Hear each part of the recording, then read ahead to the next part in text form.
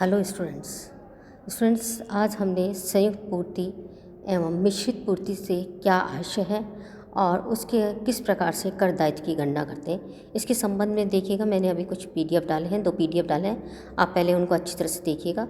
संयुक्त पूर्ति और मिश्रित पूर्ति के अंतर समानताएं और असमानताएं वो भी डाला है। अब हम कुछ एग्जांपल्स लेंगे जिसके द्वारा हम देखेंगे कि किस प्रकार से यह पूर्ति संयुक्त पूर्ति है या मिश्र पूर्ति है और इस पर कर की दर किस प्रकार से लगाई जाती है। संयुक्त पूर्ति का एक पहले हम एग्जांपल सिंपल सा ले रहे हैं। देखिएगा, यदि एक व्यक्ति फ्रिज की पूर्ति करता है और उसके साथ में निश्चित अवधि के लिए निःशुल्क रखरखाव, बीमा एवं गारंटी की सेवा भी देता है, तो यह संयुक्त पूर्ति है। 2 चीज़ों की दे रहा है। देखिएगा, एक तो माल सप्लाई कर रहा है और दूसरे सेवा दे रहा है, जिसमें फ्रिज की बिक्री मुख्य पूर्ति एवं सेवाओं की पूर्ति सहायक पूर्ति है।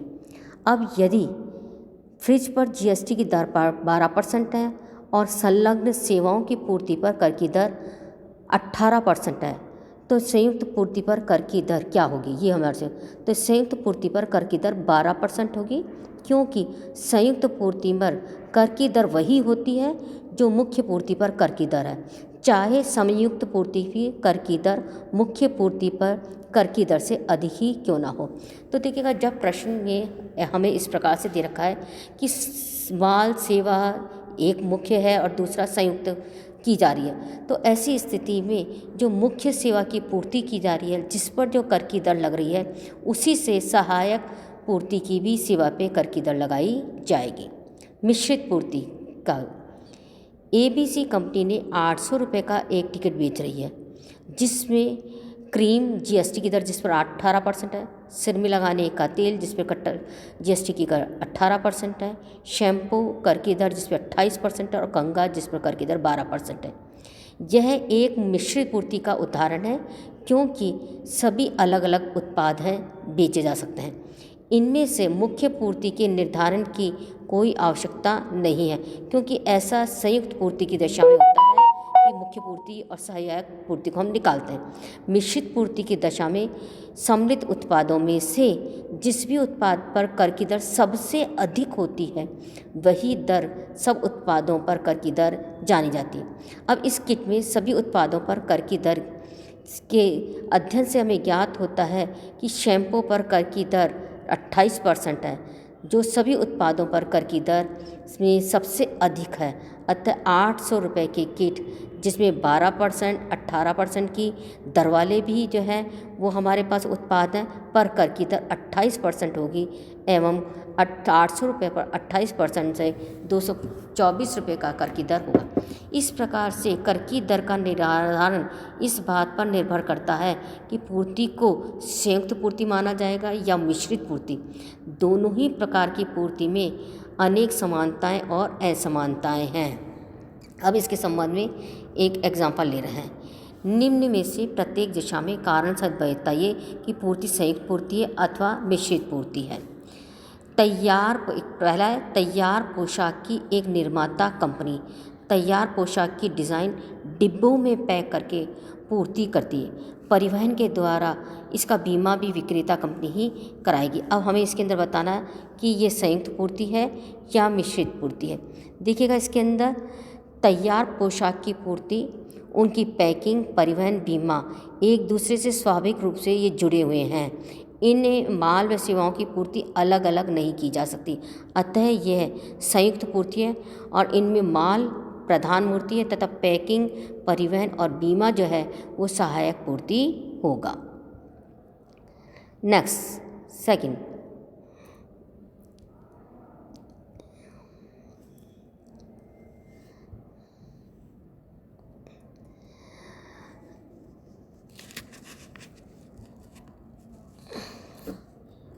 एक वर्ष, ये देखिएगा हमें सेकंड में जो दिया गया है,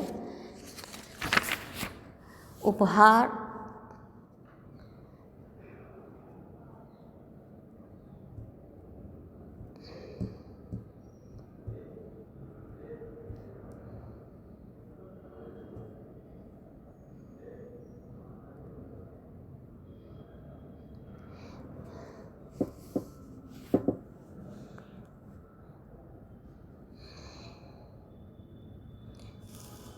उपहार पैक में प्रदान की जाने वाली एक पैकेट की पूर्ति की गई है जिसमें मिठाई, नमकीन, बिस्किट हैं। उपहार पैकेट की एक ही कीमत पर पूर्ति की जाती है। प्रत्येक वस्तु की अलग अलग पूर्ति भी की जा सकती है क्योंकि यह एक दूसरे पर निर्भर नहीं है। अब देखिएगा, इस प्रश्न के अंदर हमें कहा गया है कि उपहार पैक में प्रदान की जाने वाली मिठाई, नमकीन, चॉकलेट, बिस्किट जो है ये हमें इसके अंदर दे रखे हैं एक इसके अंदर, और नए वर्ष के अंदर ये उपहार के अंदर दी जा रही वस्तु है। अब चूँकि इसके अंदर देखिएगा क्या है कि उपहार पैक में प्रदान की जाने वाली मिठाई, नमकीन, चॉकलेट, बिस्किट्स जो वस्तुएं हैं वो स्वाभाविक रूप से एक दूसरे से जुड़ी नहीं है क्योंकि ये वस्तुएं अलग अलग भी प्रदान की जा सकती हैं, अतः एक दूसरे पर निर्भर नहीं है, अतः यह एक मिश्रित पूर्ति है। तो हमें बताना है कि कौन सी पूर्ति है, तो ये क्या कहलाएगी हमारी, यह एक मिश्रित पूर्ति है। नेक्स्ट, थर्ड एग्जाम्पल,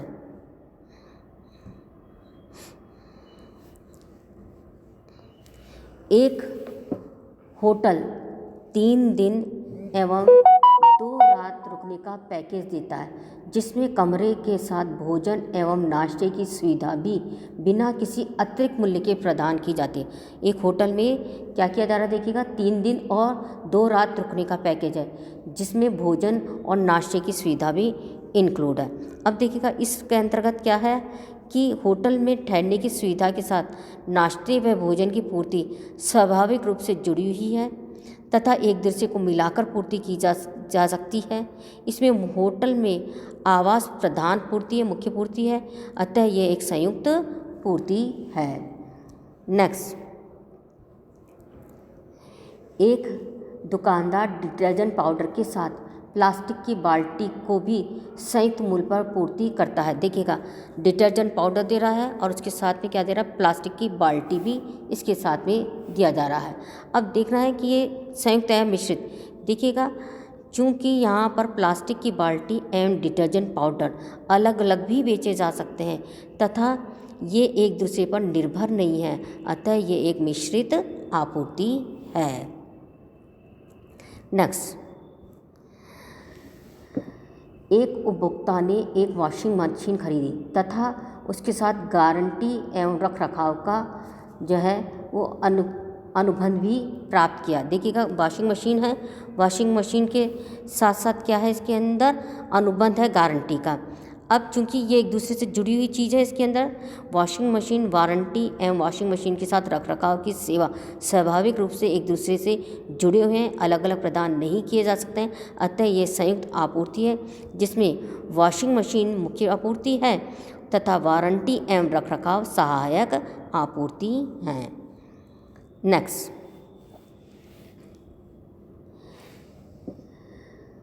एक व्यक्ति जयपुर से दिल्ली के लिए जो है वो जा रहा है। यहाँ पे एक व्यक्ति जयपुर से दिल्ली के लिए रेलगाड़ी का टिकट लेता है जिसमें खाने की सम्मिलित है। देखिएगा, रेलगाड़ी का टिकट ले रहा है और खाना इसके अंदर इंक्लूड है, दोनों एक दूसरे से जुड़े हुए हैं, इनको अलग अलग नहीं किया जा सकता, अतः यह एक संयुक्त पूर्ति है। नेक्स्ट, एक टूथपेस्ट कंपनी ने टूथपेस्ट के साथ टूथब्रश भी एक ही पैकिंग में जो है वो बेचना प्रारंभ किया है। देखिए, टूथपेस्ट और टूथब्रश दोनों एक ही पैकिंग के अंदर हैं, लेकिन टूथपेस्ट और टूथब्रश की पूर्ति जो है वो एक दूसरे से जुड़ी हुई नहीं है, इन्हें अलग अलग किया जा सकता है, अलग अलग बेचा जा सकता है, अतः यह मिश्रित आपूर्ति है। नेक्स्ट, एक दुकानदार फ्रिज के साथ पानी की बोतलों को भी बिक्री करता है। अब देखिए, सेम वही चीज़ है, फ्रिज एवं पानी की बोतलों की पूर्ति स्वाभाविक रूप से जुड़ी हुई नहीं है। हम फ्रिज को और पानी की बोतलों को अलग अलग बेचा जा सकता है, अतः यह एक मिश्रित पूर्ति है। तो स्टूडेंट्स, इस प्रकार से हमने विभिन्न जो है वो एग्जाम्पल्स देख रहे हैं कि इन पूर्ति को हमें क्या मानना है, इन्हें हमें संयुक्त पूर्ति मानना है या मिश्रित पूर्ति मानना है। यदि संयुक्त पूर्ति मानेंगे तो कर की दर जो है वो जो मुख्य हमारा प्रोडक्ट है उस पर जो कर की दर है उसी से लगाया जाएगा, और जो मिश्रित पूर्ति है उस मिश्रित पूर्ति के अंदर जो हमारी मैक्सिमम जिस पे कर की दर है उससे ही जो है कर का दर लगाया जाएगा। Thank you students.